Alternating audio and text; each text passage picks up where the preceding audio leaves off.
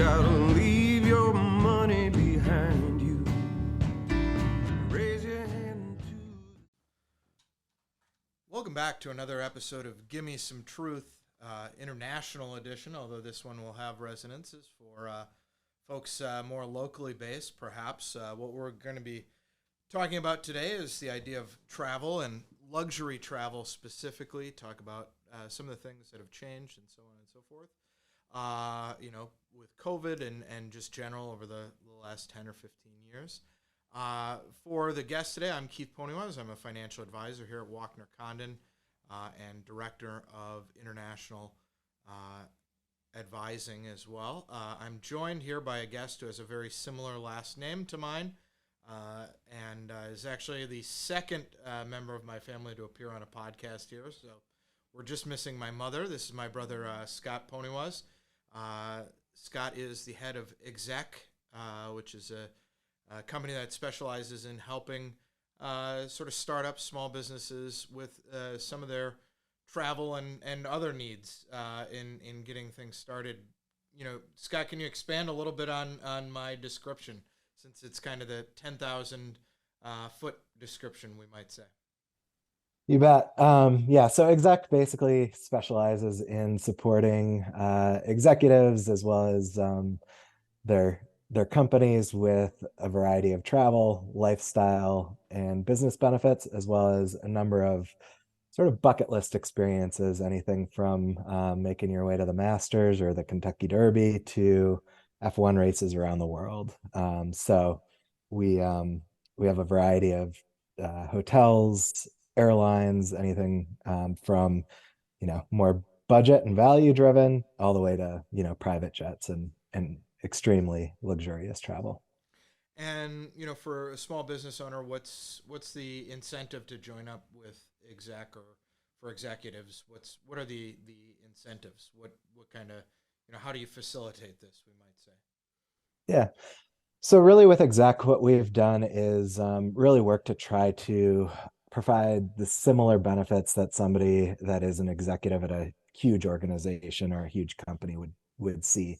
And basically we're able to negotiate these very special rates as well as sort of VIP benefits for, say, hotels or airlines with like elite statuses and things like that.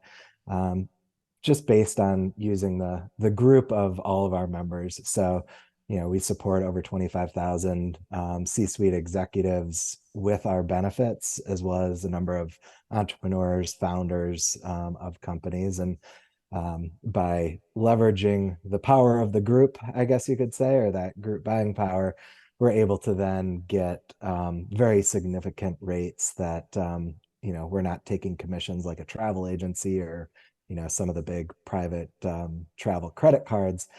So we're able to pass that savings directly through to the business and basically give them access to a travel program that they might otherwise not be able to build out themselves, depending on the size of their company.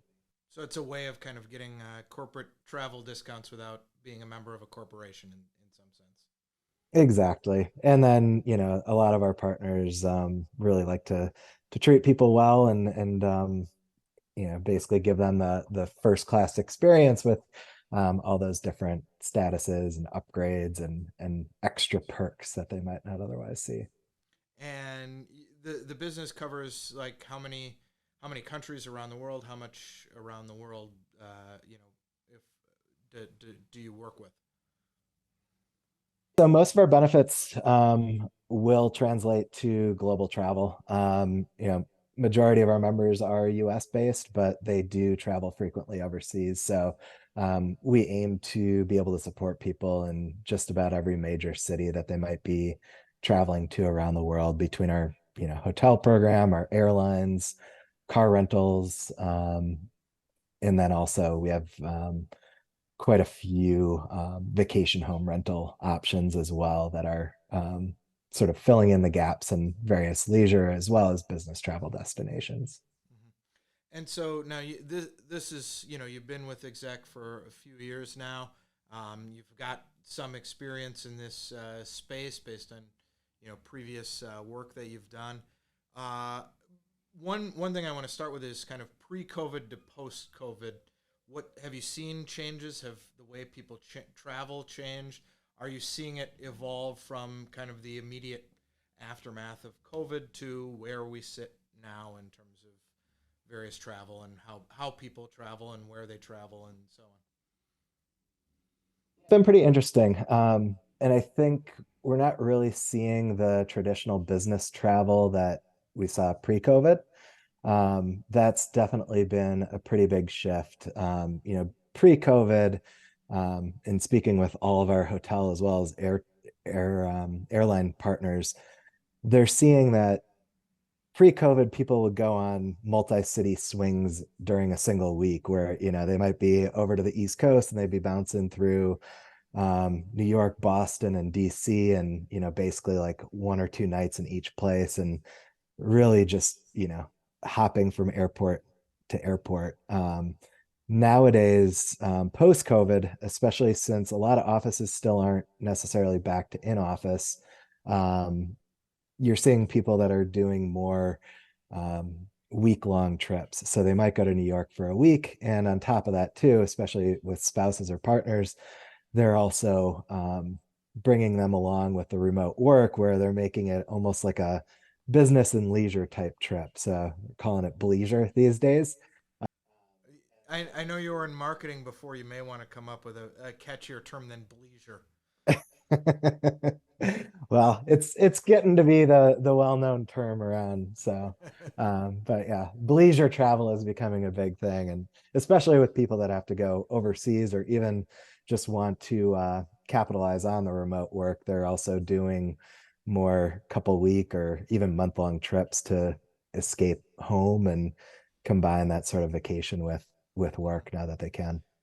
And so, other than sort of expanding the duration of trips, this leisure trend that you're seeing, what other effects is it having on how people, where people stay, what they do, how they book their vacations?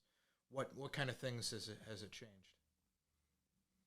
Yeah, so before business travel used to be, very quick and easy. You're into the hotel, you're maybe grabbing dinner with clients or something. Now that people have a little bit more of that luxury of time, I think also having been pent up in COVID and sort of trapped in one place for so long, they're also looking for more experiences. So even as people go on, business trips or looking at their vacations, they're willing to invest a little bit more in elevating that experience and trying to stay at nicer properties or trying to tick off more items from their bucket list that they might have um, you know not had the ability to do over the last couple of years. And one thing that I know exec offers, but also that's become more popular, is this idea of like experience based travels. How have you seen that evolve? And I think for a lot of people, for luxury travel, they don't want to just go and do a tour bus and go from spot to spot. They want to have those experiences. What are some of the things that you've seen sort of change in that space that what were experiences people looking for and what are they looking for now? How has it changed? What's gone about?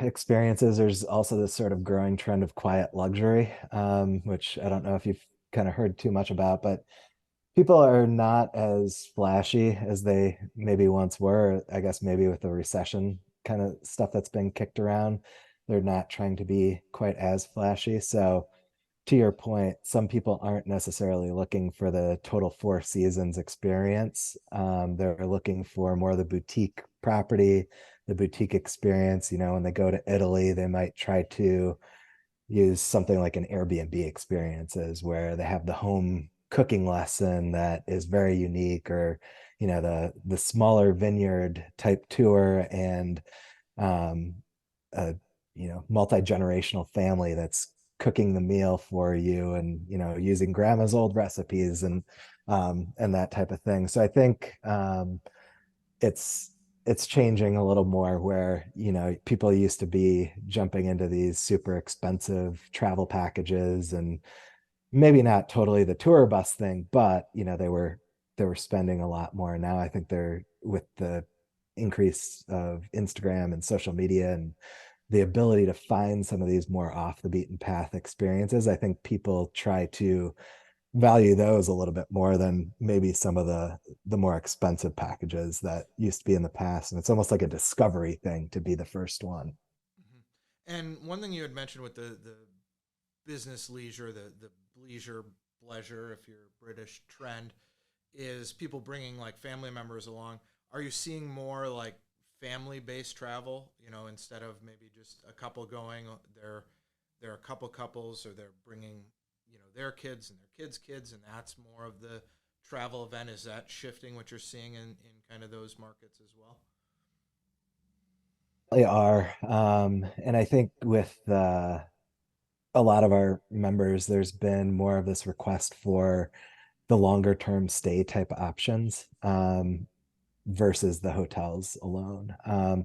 They're looking for more space. They're looking for more of the vacation home type opportunity. And they're also looking for places that, yeah, they could bring their kids, or, multiple people can have enough space to work remotely, as well as kitchens where, they used to maybe just be fine with a hotel. But now, if they're staying for several weeks or a month, they do want that option um, for the kitchen. But then the other thing too, we're even seeing with some of our car rental partners, as an example, like Sixt, who we work with internationally, they've been seeing more demand for a new program that they actually built out, which is specifically for month or 2 month long car rentals, because people now are living in multiple destinations or trying to sort of capitalize on the remote work and live abroad for a period of time. But And then not have to go through all the hassle of buying a car, but also not pay 2 months worth of fees to Hertz or Avis or whatever as well. exactly. And it's all the insurance and, not having to deal with storing a car if you're not there for half the year or something. Another one that um, I'm familiar with too is like Porsche Drive. That's a growing program where you can basically rent cars for month to month. Also flip them in and out depending on if you want a nicer car. And that's a little bit more of a domestic program. So you're, I would say, relatively speaking, a little more high tech than I tend to be on these sorts of things. What sort of apps are helping, or programs, in addition to Exec, obviously, are helping folks on these trips, plan these trips, do these sorts of things, ease some of the difficulties of travel? What sort of apps are your clients using, or software programs, or that sort of thing? TripIt is a popular one, What's just because TripIt? it allows you to track all your flights, and especially with all the delays that we've been seeing more and more, just because of staffing issues and everything else under the sun. TripIt will automatically, send you updates when flights are canceled or delayed, so that way you can jump on it a little quicker. It also helps you just keep all of your itineraries in one spot. So, you're booking your flight through an airline, and then you might have three hotels for your, couple week vacation, has all that information in there for you. So I think that's one of the more popular ones. And then a lot of people are using Airbnb for the experiences these days, seeing that more and more. Um, Another one that's pretty popular among our members is Adventure IO. And they basically allow you to find experiences around the world. It's a little bit more for the adrenaline seeking person, but it allows you to find, you can go ski with a professional skier when you're out in Utah, or you can go um, surfing with a pro surfer, or a little bit more gentle if you want to go paddleboarding with like a world paddleboarding champion, in different places. So some different unique experiences that way too. And that's adventure.io.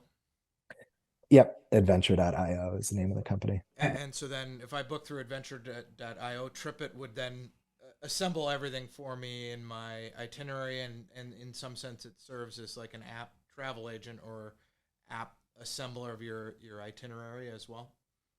Exactly. And you can just forward it to a TripIt email and it just automatically adds to your account. So And that would TripIt also plays well with like Google Calendar and all that fun stuff as well. So you can kind of organize everything and have it exported out and do that way. That's pretty neat. Now, in addition to sort of technology and experiences, are there new trends in where people are going for their leisure travel, we might say, or just plain leisure travel? I mean, I feel like Asia and the Middle East has been growing in popularity, definitely. Um, there has been some security issues that have maybe diverted that a little bit. Europe is always popular, especially Eastern Europe, I think has been growing in a little bit more popularity. But yeah, I think it still is maintaining a lot of the staple locations. The Parises, the Italy's, the Londons of the world, and drawing a lot of people. Hmm. Now, one of the things we talked about kind of off the top, you said, well, with luxury travel, do you want me to give, how luxurious are we talking? How, high end, or do you want me to give tips so that, you're talking your clients out of luxury travel to save some money? I guess, one thing I would add, for people who are interested in doing these sorts of trips and, saving money and maximizing experiences and so on, what sort of things do you have in mind for those people, or how do you, a 3 week vacation is still quite costly. The flights are, if you move the cost of the flight over 3 weeks, it's obviously less than over 1 week, but you're adding in Airbnb costs, so on and so forth. What are some of the tips to make these trips mean less to the budget, we might say? Few different ways, obviously exec is a big saver of money to name drop that one now. Yeah, ABS always be selling. Yep. But as you're starting to plan trips, there's definitely a few different ways that you can be a little bit more cost effective with the trip, and that's obviously planning early. Yeah, the earlier that you plan, the better the airfares and the options are going to be for you. Typically, it's not always the case. Sometimes you can get the last minute deals and things like that.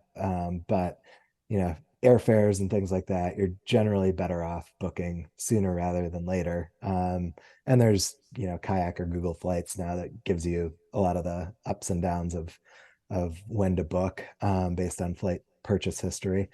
The other thing too is looking at destinations where the dollar is going to go further.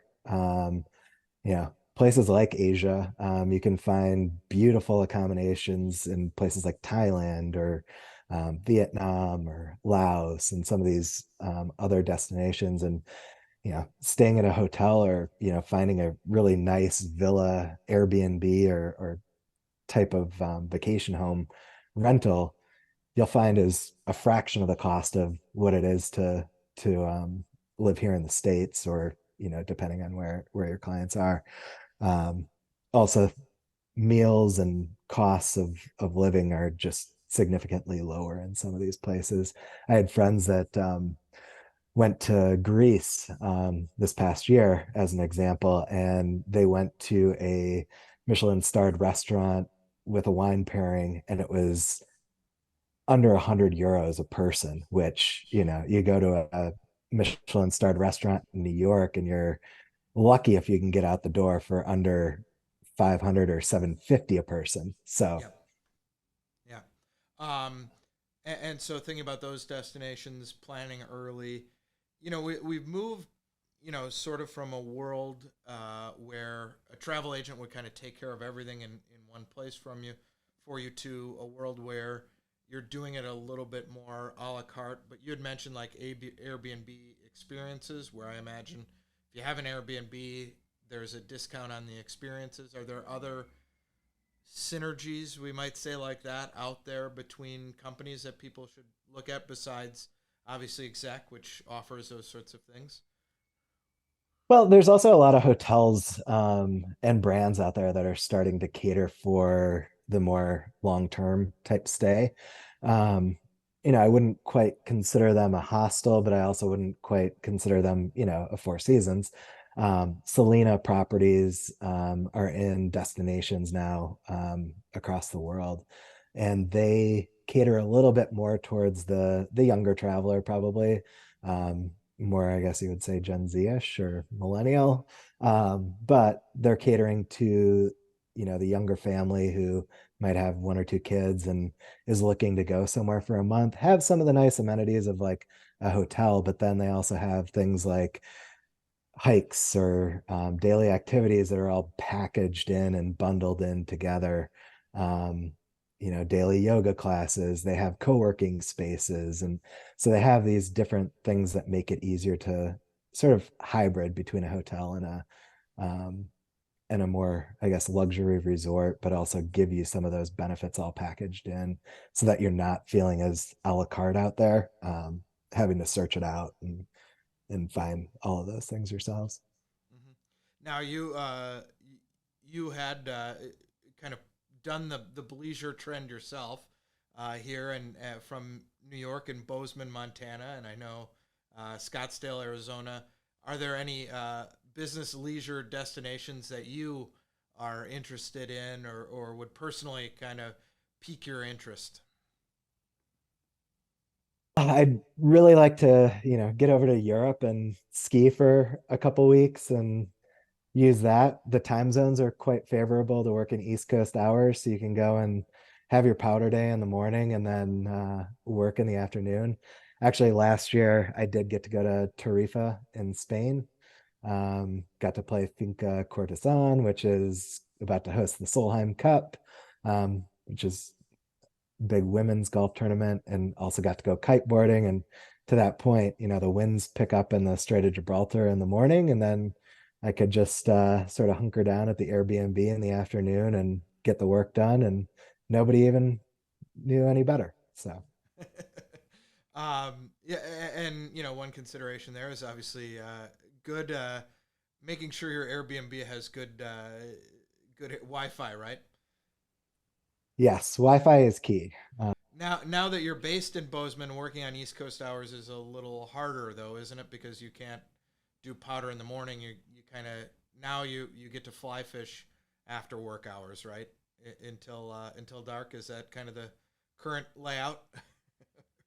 Summers are a little bit more favorable to the East Coast hours. Yeah, the days are quite short in the winter. So yeah, basically fly fishing and golfing or hiking in the afternoons, and working 7 o'clock until about 3 o'clock East Coast hours means pretty much get a full day to get out and enjoy things during the summer with the long days. So I do think that's something else to consider from the luxury travel. As you mentioned, position. Think about, okay, what are the work hours I'm going to be doing while I'm doing this? Maybe going to Hawaii might not be as convenient as you first thought to work remotely versus going to Europe or and working on East Coast hours, and even going to Western Europe. It's one of the reasons why we have so many clients who've looked at either long-term work remote or working remotely in Portugal, is because the East Coast, it's about 6 hours difference, makes it fairly easy to work on kind of that schedule as well. So something to consider. Before we let you go, anything else that people should be aware of as they start thinking about maybe this business leisure trend going forward? I think just get out and do it. Enjoy it, and yeah, with the right planning, nobody will even know any better. So there's the secret, is with the right planning, nobody will even know that you're not in the office. Want to thank my brother Scott Poniewaz. We'll have to figure out what we can bring my mother on for a podcast here going forward. I want to thank my brother for his time. Thanks for joining us here on Give Me Some Truth. And if you have feedback on luxury travel or questions about any of the things we discussed here, feel free to reach out to us. Or Scott, do you guys have a website people can check out if they're interested in your firm as well? they can head to joinexec.com. So that's join EXEC, and learn more and reach out to us with any questions. All right. Thank you very much, Scott. And thank you all of you for listening. If you appreciated our content, as always, in honor of my friend Stan, please subscribe and smash the like button. Don't just press it, smash it.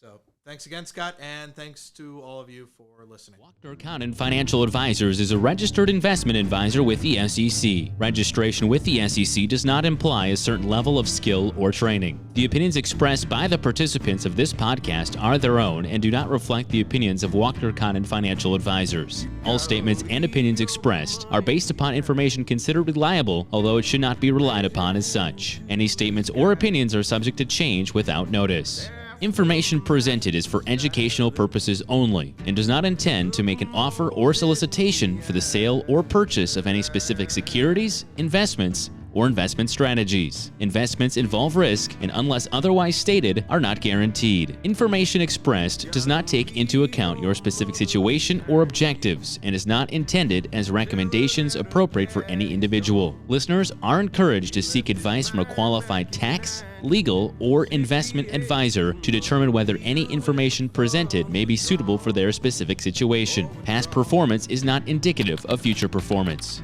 Thanks for listening, and for further information, please visit WachtnerCondon.com.